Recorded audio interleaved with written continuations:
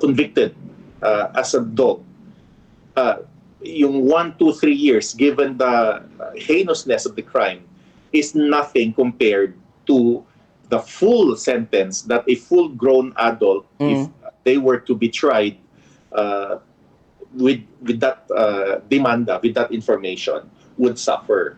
Kaya parang it's one way of parang looking at our justice system. Pero yun nga lang, minors sila eh. Minors. There is a reason kung bakit pinasa yung batas na yon. Because a society that would have children committing heinous crimes, parang meron ding responsibility yung parents, yung people, yung society that help them mold their values o philosophy, worldview, mga yan.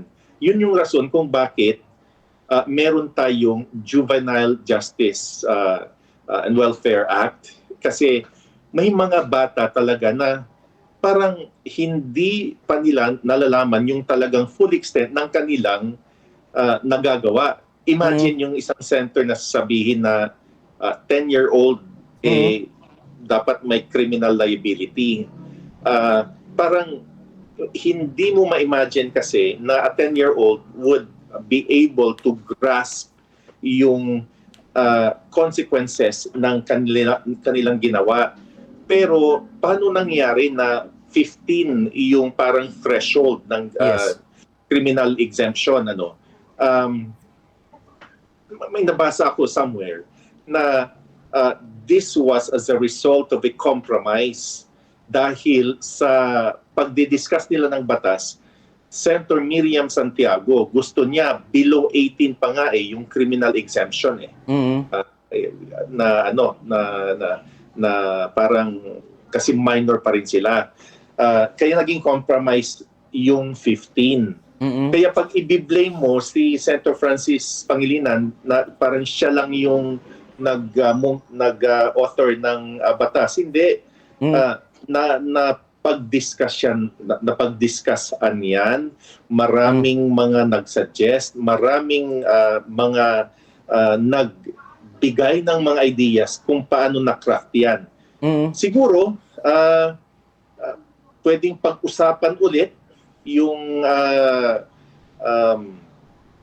batas, pero mas mabuting i-improve natin yung pag-aaruga sa ating kabataan, yung mga parents, yung eskwelahan, yung educational system natin, lahat na nagmo-mold ng values ng ating kabataan para itong mga to ay ma-prevent natin na mangyayari na parang nano-normalize na nangyayari sa ating eskwelahan.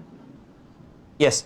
And attorney, kamusta naman po yung, kasi sa criminal liability, paano po yung mga pananagutan po sa mga biktima? Sino po? Lalo po yung, kasi pati yung pulis po na nagmamayari po ng barila, na tita po ng isa po sa mga minor de edad, ay kinasuhan na rin po. Ano po yung magiging, pati mga magulang, ano po yung, nila magiging, may kaso po ba or pananagutan na sa nangyari po na yan, attorney? Ang civil code kasi natin, magiging civilly liable din ang mga parents ng mga minors who are involved sa krimen. They're convicted kung ano man yung civil liability, kung ano man yung danyos na i-award supposedly sa mga biktima, sa mga namatayan, sa pamilya ng namatayan, ang sisingilin yung mga parents. May caveat ulit yan if they are living with their parents.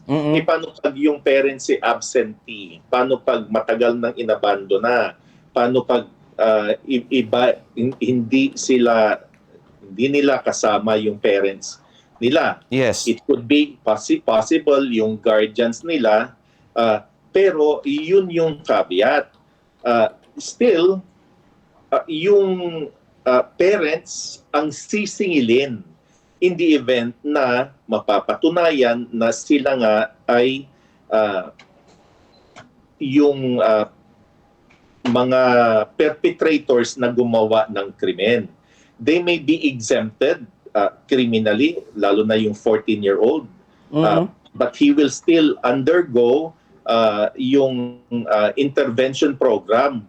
Mawawala pa rin, in effect, yung kalayaan niya kasi pupunta rin siya sa isang DSWD facility. Pero 1 taon, 2 taon under the supervision of the social welfare employees of the DSWD,